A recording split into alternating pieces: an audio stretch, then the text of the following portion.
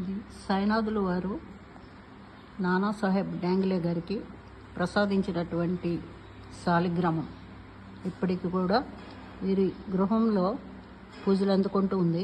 సాక్షాత్తు సాయినాథుని కింద భావించి వీరంతా పూజిస్తూ ఉంటారు. ఓం సాయిరామ్ సార్. ओम साई राम।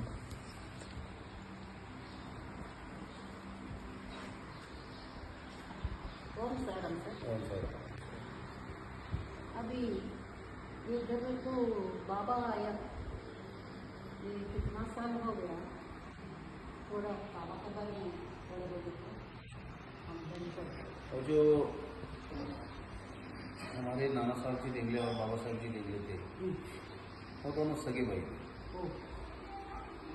तो बाबा का हर रोज इस गांव में आना जाना हर रोज का था। जो बाबा साहब जी देंगले थे वो बाबा के अच्छे खासे दोस्त थे। तो सुबह बाबा यहाँ पे चले आते थे, शाम तक यहाँ पर उनके साथ गपशप मारते थे, बैठा करते थे। शाम को शिरडी वापस चले जाते थे। तो हर रोज बाबा का आना जाना यहाँ पे हर रोज का, कभी कभी रहता या कभी रुई छाया करते थे।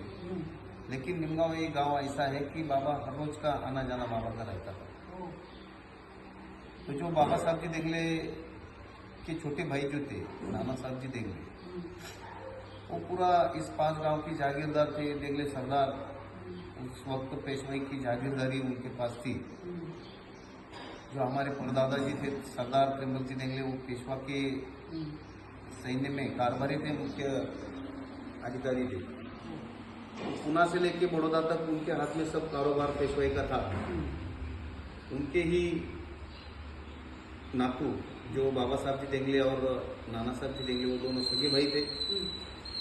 ये पूरा ये वाड़ा जो उस वक्त त्रिमल जी देंगले ने जागीर यहाँ की 5 गांव के जागीरदार थे। तो ये वाड़ा पूरा पैक बंद था, क्योंकि पूरी दीवारें पत्थर की थी।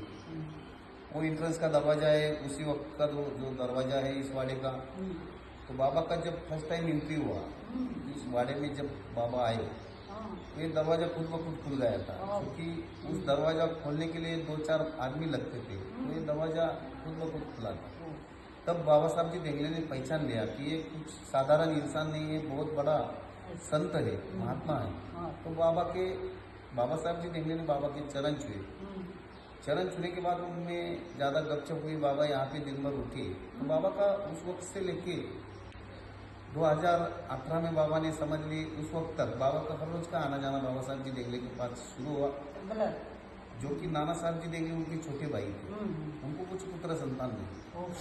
तो ये पूरा 5 गाँव का कारोबार उनके हाथ में था, लिखा पढ़ी का सब उनके हाथ में था। तो एक दिन ऐसा ही लिखा पढ़ी कर रहे थे तो बाबा का ध्यान नाना साहब जी देंगले के ऊपर गया। बेटा तेरे कुछ पुत्र संतान नहीं? बोले हाँ बाबा।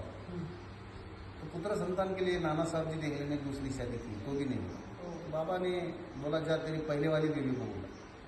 जो पहली वाली बीवी को बुलाया, दोनों ने साथ में दर्शन बाबा का लिया।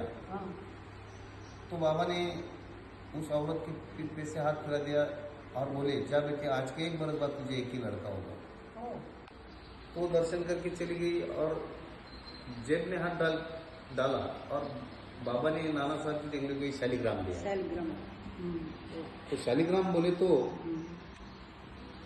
ये विष्णु भगवान का बचपन का बालपन में विष्णु भगवान को शालिग्राम दिए थे। तो बाबा ने वो शालिग्राम नाना साहब जी देंगले को दिया कि इस बालक की पूजा तू करना, उसका ही कुछ कर्तव्य नहीं है, इसकी पूजा हर रोज तुम करना, तभी पुत्र प्राप्ति होगी। तो ये शालिग्राम जो बाबा ने दिया उस वक्त से लेके आज तक इसकी पूजा अर्चा हमारे भगवान के घर में होती है। जो उसके बाद में 1 साल बाद हमारे दादाजी हुए, जिनका नाम कृष्णराव जी देंगले था। उनका जन्म 1904 का। तो 1904 में उनके घर में एक बच्चा पैदा हुआ जिसका नाम कृष्णराव देंगले था।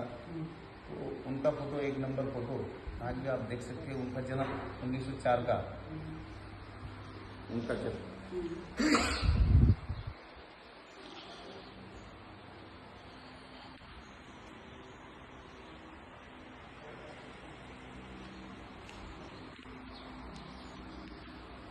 तो उनका जन्म बाबा के आशीर्वाद से हुआ, तो हमारा वंश बाबा की वजह से आगे बढ़ता गया। तो फिर हमारे जो कृष्णराव जी देंगले थे, हमारे दादाजी, उनको 2 लड़के हुए, जो हमारे पिताजी और हमारे चाचा जी। तो इसकी वजह से बाबा का वंश आगे बढ़ता गया। जब 6-7 या 1 साल की उम्र थी कृष्णराव जी देंगले की, तो उनकी आंखें आई। आंखें आने के बाद ऐसा खून उनके आंखों में नजर आ रहा था। तो फिर रात भर वो सोए नहीं, रोते रहे, किसी को सोने नहीं दिया। तो सुबह उठने के बाद जब बाबा साहब जी देंगले बोले कि इस बच्चे को, इस बालक को नाना बाबा के पास द्वारका में चले जाओ, क्योंकि बाबा ही इसका इलाज कर सकते हैं, क्योंकि रात भर किसी को सोने नहीं दिया, क्योंकि इसकी आंखें भी लाल हो चुकी है। तो ये और बढ़ने की वजह से उसको अच्छा है कि बाबा के दरबार में लेके जा। बाबा आज आते हैं या नहीं आते, तो बाबा द्वारका में इसका इलाज करेंगे। तो बाबा उस वक्त टूटी देखे, कुछ पानी पिला के, कुछ लोगों को ऐसा कुछ न कुछ देके, दवा देके उसको ठीक ठाक करते थे। उस वक्त जो वैद्य लोग थे, तो ये नाना साहब जी देंगले ने इस बच्चे को उठाया, कृष्णराव जी देंगले को, तो बाबा के शिरडी चले गए द्वारका में। उस वक्त तो वैद्य लोग थे, वो नाना साहब जी देंगले को बोलने लगे कि ये फकीर का क्या भरोसा है, हम लोग वैद्य हैं, हम इसका इलाज करेंगे। ये फकीर तो आपके बच्चों